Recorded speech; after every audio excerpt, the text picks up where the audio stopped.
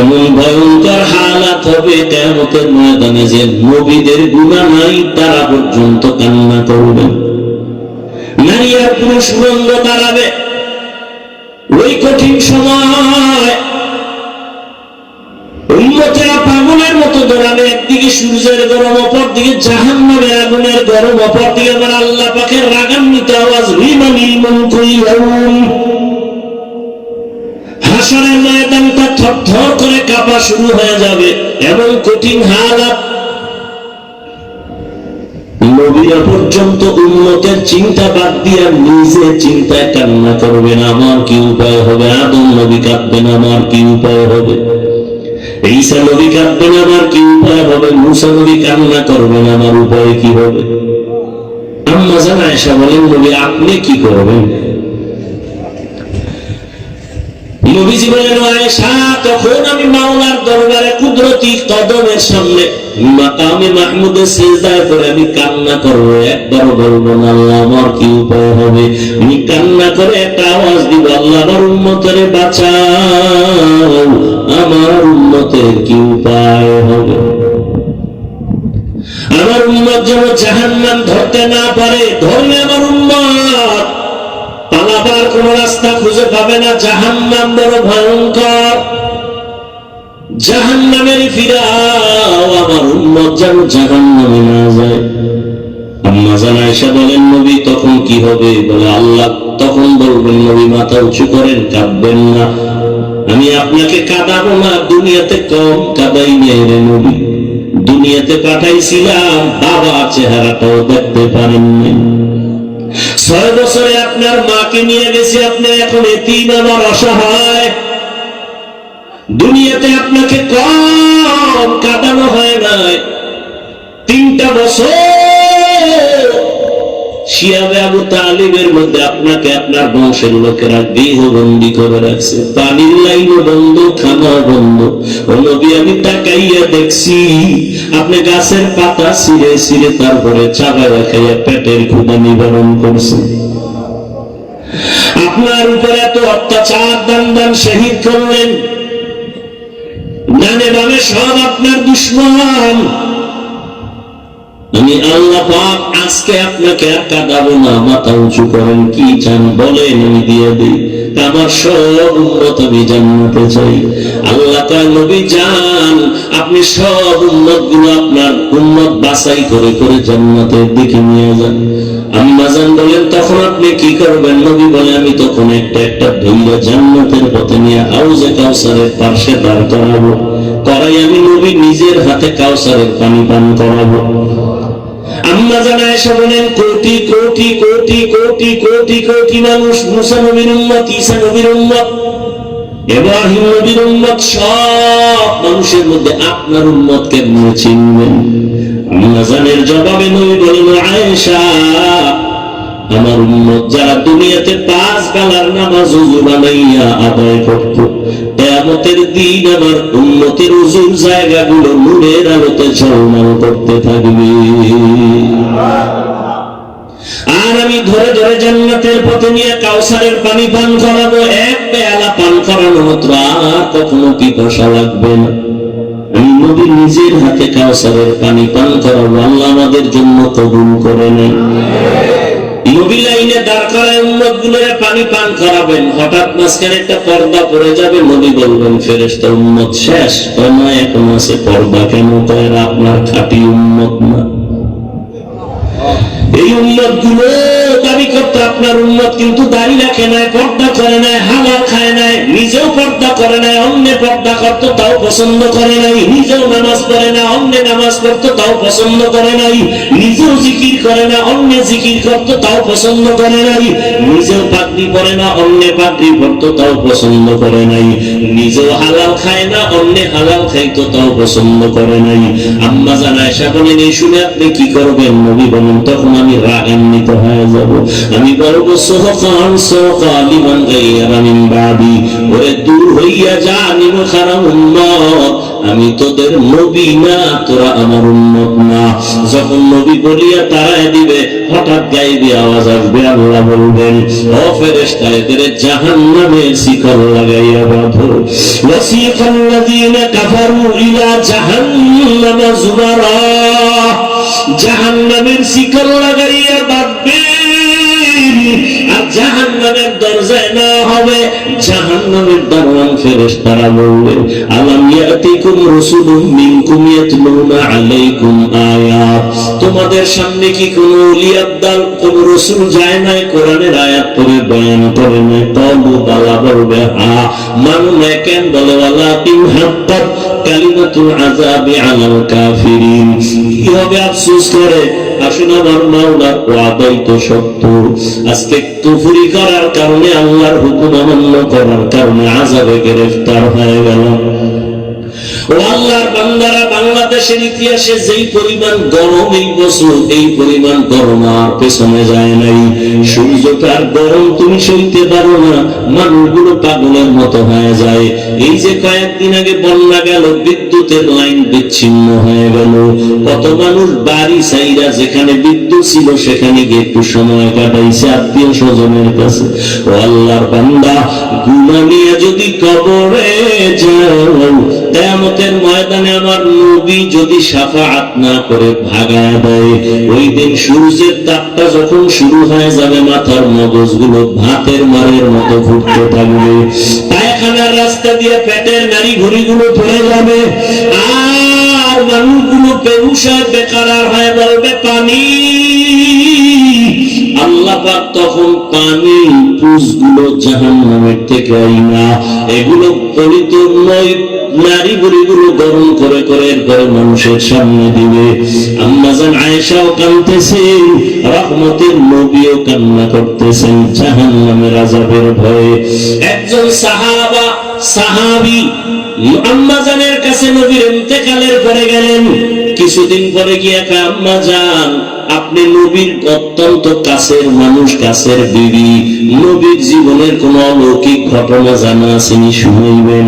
আম্মা জান কয়, নবীর এমন কি ঘটনা আছে যেটা আশ্চর্য না? সবই তো আশ্চর্য। কথা শুনবা? একটা শুনবা, একটা শুনেই শোনো। রহমতের নবী এশার নামাজের পর আমার ঘরে আসেন, আমার হুজুরে আসেন। আসার পরে মুস্কি হাসি দেয়া কয়, ও বিবি আয়েশা, হুমায়রা, আমারে আজকে রাতের জন্য একটু ছুটি দেওয়া যাবে না? আম্মা জান বলেন, আমি ভাবছি হয়তো অন্য কোনো বিবির ঘরে যাবেন। আমি বললাম, ইয়া রাসূলুল্লাহ, আপনি কথা বলবেন আর আমি কি আটকায় রাখবো? না, আপনার জন্য যা বলবেন আমি তাতেই খুশি। ভাবলাম নবীজি আমার থেকে ছুটি নিয়ে বোধহয় অন্য কারো ঘরে যাবেন, বিবির ঘরে। আমি তো শুয়ে পড়ছি এশার পর। নবীর অভ্যাস ছিল এশা বইরেই ঘুমায় যাইতেন, শুয়ে পড়তেন, কথা বলতেন না। এশার সাথে সাথে শুয়ে পড়তেন, কোনো কথা নাই, কিচ্ছু নাই, বয়ান নাই। আবার গভীর রাতে মাওলার আদালতে দাঁড়ায় যাইতেন। আজকে নবী আমার থেকে ছুটি চাওয়ার পর আমি ভাবলাম নবী অন্য কোন বিবির ঘরে যাবে, আমি শুয়ে বললাম। আমার ঘরে তো বাতি লাগে না, রহমতের নবী তো বাতি। আমি চুপচাপ শুয়ে আছি, দেখি আমার নবী বাইরে যায় না, কি করে? আমি দেখলাম আমার পার্শ্বে রহমতের নবী নামাজে দাঁড়ায় গেল। রহমতের নবী নামাজে দাঁড়ায় তেলাওয়াত শুরু করলেন। আলহামদু সূরাটা পড়ছেন। নবীর তেলাওয়াত কত মজা! মায়ার নবীর তেলাওয়াত এতই যে মজা, দুশমন আবু জাহাল এসে ঘরের কিনারায় দাঁড়ায় দাঁড়ায় নবীর তেলাওয়াত শুনে গোপনে। অন্য লোকেরা এসে কয়, ও আবু জাহাল, তুমি তেলাওয়াত শুনো, মুহাম্মদের গালি দাও, আবার তেলাওয়াত শুনো কেন? আর যতই গালি দে, ওর জবানের আওয়াজে এত মজা, জমিনে আর কারো কথা এত মজা পাই না। রহমতের নবী আম্মা জান বলেন, আলহামদু সূরা শেষ করে এবার সূরা বাকারা, কোরআন শরীফের দ্বিতীয় সূরা এবং বড় সূরা। ভাবলাম নবী মনে হয় 2-4 পৃষ্ঠা পড়িয়া রুকুতে যাবেন, কিন্তু না, দেখলাম নবী পড়তে পড়তে পুরো সূরাটাই শেষ করলেন। সূরা বাকারা শেষ, রুকুর মধ্যে যাবেন, কিন্তু না, নবী সূরা বাকারার পরের সূরাটা আবার শুরু করলেন। এখনো প্রথম রাকাতে দাঁড়ান, সূরা বাকারা শেষ, আবার আর এক সূরা শুরু করলেন, এটাও শেষ করলেন। এরপরে আবার সূরা শুরু করলেন, ওটাও শেষ করলেন। সূরা আলে ইমরান, সূরা মায়েদা, সূরা নিসা, এগুলো পড়তেছেন, দীর্ঘ রাত হয়ে গেল।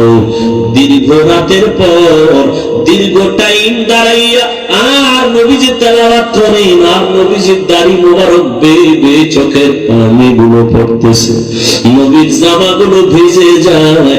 আমি আয়েশা একটু গোপনীয়তা রক্ষা করে তাকায় দেখি, নবী অজর দাঁড়ায় কাঁদেন আর আমার মাওলার কোরআন তেলাওয়াত করেন। দীর্ঘ টাইম দাঁড়ানোর পরে অনেক সীমাহীন সময় দিয়ে পরে রুকুর মধ্যে চলে গেলেন, সেখানেও কান্না। দীর্ঘ টাইম রুকু করার পরে দাঁড়াইলেন, আবার কান্নায় সেজদায় চলে গেলেন। মাত্র প্রথম রাকাতের প্রথম সেজদা, এখনো দ্বিতীয় সেজদা হয় নাই। প্রথম রাকাতের প্রথম সেজদায় গিয়া নবীর এই পরিমাণ কান্না, এত পরিমাণ কান্না মাথা উঠান না, মনে হয় নবী পাগলের মতো হয়ে গেলেন নাকি, দুনিয়ার সাথে নবীর কোনো কানেকশন নাই। রব্বে কারীমের কুদরতি কদমে পড়ে আছেন আমার নবী, কান্না সেজদা। মাত্র প্রথম রাকাতের প্রথম সেজদায় নবী এখনো কাঁদেন, দ্বিতীয় সেজদা দেন নাই। হঠাৎ করে পেছন থেকে আওয়াজ, বেলালের কণ্ঠ বেজে উঠছে। বেলাল আয়েশা সালাম দিলেন, আসসালামু আলাইকা ইয়া রাসূলুল্লাহ। আমি কিন্তু ফজরের আযান দেওয়ার জন্য আসছি, আপনি উঠছেন নিরে নবী। নবী কই? মাত্র প্রথম রাকাতের প্রথম সেজদা, এখনো দ্বিতীয় সেজদা দেন নাই, দ্বিতীয় রাকাতও পড়েন নাই। বেলাল এসে বলেন, ইয়া রাসূলুল্লাহ, আমি আযান দেওয়ার জন্য রেডি হয়ে আসছি, একটু পরেই কিন্তু ওয়াক্ত শুরু হয়ে যাবে। আম্মা আয়েশা বলেন, নবীর কান্না বন্ধ হয় না, নবী চোখের পানি ছেড়ে সিজদায় পড়ে কান্না করতেছেন। বেলাল আওয়াজ দিছে, ফজরের টাইম হওয়ার আগ পর্যন্ত নবী সিজদায় পড়ে আছে। ও সাহাবায়ে কেরাম, নবীর আশ্চর্য ঘটনা, নবী এত কাঁদলেন কেন? নবীর মা নাই, বাবাও নাই। আমার নবী কোনদিন বাবার আদর পান নাই, মায়ের আদর পান নাই। আবার চতুর্মুখী অত্যাচার, রহমতের নবী এর বড়ই দুঃখ নেয় নাই, দুঃখ ছিল শুধু উম্মতের মায়ার জন্য। আমার নবী উম্মতের এত বড় আশিক, আজকে সেই নবীকে গালি দেওয়া হয়, সেই নবীর সুন্নাত জবাই করা হয়। ও আশিক, তোমার অন্তরে কষ্ট লাগে না? ও আল্লাহর বান্দারা, এখন থেকে তৈরি হয়ে যাও, আর কত দুনিয়াতে বাহাদুরি করবা? ও যুবক, তোমার মতো যুবককে আমি একবারও বলবো না তুমি মাদ্রাসায় আসো, স্কুল ছেড়ে দাও। না বাবা, তুমি স্কুলে করো, কলেজে করো, চাকরি করো, ব্যবসা করো, বন্ধ করিও না। তবে দাবি একটা, নবীর আদর্শ নিয়ে 5 বেলার নামাজ পড়ো, মা বাবার দোয়া নিয়ে চলো, মুরব্বীদের দোয়া নাও, আল্লাহ খাস ওলিদের বন্ধু হয়ে চলো, পরামর্শ নিয়ে নবীর তরিকায় চলো। তুমি ডাক্তারি পড়ো, ইঞ্জিনিয়ারিং পড়ো, কোনো বাধা নাই। ও পর্দার আড়ালের আম্মা জান, আপনারা তো নবীদের মায়ের মতো দামি মা, আয়েশা রাদিয়াল্লাহু আনহার মতো দামি নারী, ফাতেমা রাদিয়াল্লাহু তাআলা আনহার মতো দামি নারী। এরে আম্মা জান, দুনিয়াতে সন্তান অনেকে কান্না করিয়াও পায় না, আল্লাহ আপনাকে দিয়েছেন, পারলেন নাকি মানুষ বানাইতে, নবীর আদর্শওয়ালা বানাতে? আপনি ডাক্তার বানাবেন, বেয়াদব বানাবেন না। আপনার ডাক্তার সন্তানটাও যেন নবীর আদর্শ নিয়ে নামাজ পড়ে, মা বাবার খেদমত করে, মুরব্বীদের দোয়া নিয়ে চলে, ওলামায়ে কেরামের পরামর্শ নিয়ে চলে, নবীর তরিকা মানিয়ে চলে। এমন একটা সন্তানকে ডাক্তার বানাবেন, ইঞ্জিনিয়ার বানাবেন, কপাল আপনার ধন্য। এরে আম্মা জান, পেছনে পারেন না, এখন তওবা করেন। আপনার মতো কত মা এখন আছে, নামাজ ছাড়ে না, বেপরদায় চলে না, স্বামীর মাল নষ্ট করে না। আপনার মতো বুড়া বাবাজিরা আপনার মতো কত মুরব্বী আছে মসজিদে গিয়ে নামাজ পড়ে, এক বেলার নামাজ ছাড়েন, আপনি কেন পারবেন না? ও যুবক, তোমার মতো যুবক এখনো দেখবা তাকায় জীবনে কোনোদিন মাদ্রাসায় পড়ে নাই, স্কুলে পড়ে, কলেজে পড়ে, চাকরি করে, ব্যবসা করে, RAB, army, police, BDR, doctor, engineer, professor, OC, CSP, chairman, member, MP, মন্ত্রী, 5 ওয়াক্ত নামাজ পড়ে, মা বাবার দোয়া নিয়ে চলে, তুমি কেন পারবা না? তোমার মতো যুবক রাস্তায় গাড়ি চালায়, নামাজ ছাড়ে না, কৃষি কাজ করে, নামাজ বাদ দেয় না, তুমি কেন পারবা না? আসলে তোমার উপরে মা বাবার বুঝি বরদোয়া লেগে গেল, গুনার কারণে বুঝি আল্লাহ বেজার হয়ে গেল। কয়েকদিন আর যৌবনের বাহাদুরি করবা, এখনো সময় আছে, তওবা করে নাও। জীবন চলে গেল, আর নামাজ ছাড়বা না, দাড়ি কাটবা না, বেপরদায় চলবা না, মা বাবারে কষ্ট দিবা না, ওলামায়ে কেরামের বিরোধিতা করবা না, নবীর তরিকা মানিয়া চলবা। তওবা করার মতো যদি অন্তর তৈরি হয়, মুনাফিকি যদি না থাকে, খাঁটি তওবার নিয়ত যাদের আছে, দুটো হাত আমার আল্লাহকে দেখায় দাও। আয় আল্লাহ, হাতগুলো কবুল করে নেন, তওবা কবুল করে নেন, তওবার উপরে মজবুত হইয়া চলার মতো তৌফিক দান করেন, আমিন। আলহামদুলিল্লাহি রাব্বিল আলামিন, ওয়াসসালাতু ওয়াসসালামু আলা সাইয়্যিদিল আমবিয়া ওয়াল মুরসালিন ওয়া আলা আলিহি ওয়া আসহাবিহি আজমাইন। ইয়া আরহামার রাহিমিন, ইয়া আরহামার রাহিমিন, ইয়া আরহামার রাহিমিন। رب ارحمهما كما ربياني صغيرا. اللهم إنك عفو كريم تحب العفو فاعف عنا. اللهم إنا نسألك رضاك والجنة ونعوذ بك من سخطك والنار. দয়ার মালিক, গুনাহের বোঝনে আপনার দরওয়াজায় হাত তুলেছি। আল্লাহ, দুনিয়াতে আসার পরে জীবন কতই না পবিত্র ছিল, আজকে গুনার কারণে আমার হাত না পাক, চোখ না পাক, জিহ্বা না পাক, অন্তর না পাক। তওবার নিয়তে হাত তুলেছিল আল্লাহ, জীবনে আর গুনাহ করব না, নামাজ ছাড়ব না, দাড়ি কাটব না, বেপরদায় চলব না, মা বাবারে কষ্ট দিব না, ওলামায়ে কেরামের পরামর্শ নিয়ে নবীর সুন্নাত অনুযায়ী চলব। আয় আল্লাহ, আমাদের তওবা কবুল করে নেন, তওবার উপরে মজবুত হইয়া চলার মতো তৌফিক দান করেন। আয় আল্লাহ, মাহফিল কবুল করে নেন, আয়োজনকারী, সহযোগিতাকারী, দান সৎকারীদের কবুল করে নেন। আয় আল্লাহ, ঘরে ঘরে সুন্নতের বাতি জ্বালায় দেন, মা বোনদের আবেদ বানিয়ে দেন, সন্তানগুলো নেককার বানিয়ে দেন। আয় আল্লাহ, সারা দুনিয়াবাসীকে মাফ করে দেন। আয় আল্লাহ, ফিলিস্তিনের মুসলমানদের উপরে রহমত দান করেন। ইসরায়েলের জালেম সহ সমস্ত জালেমদের জুলুম থেকে মুসলমানদের হেফাজত করেন। প্রবাসে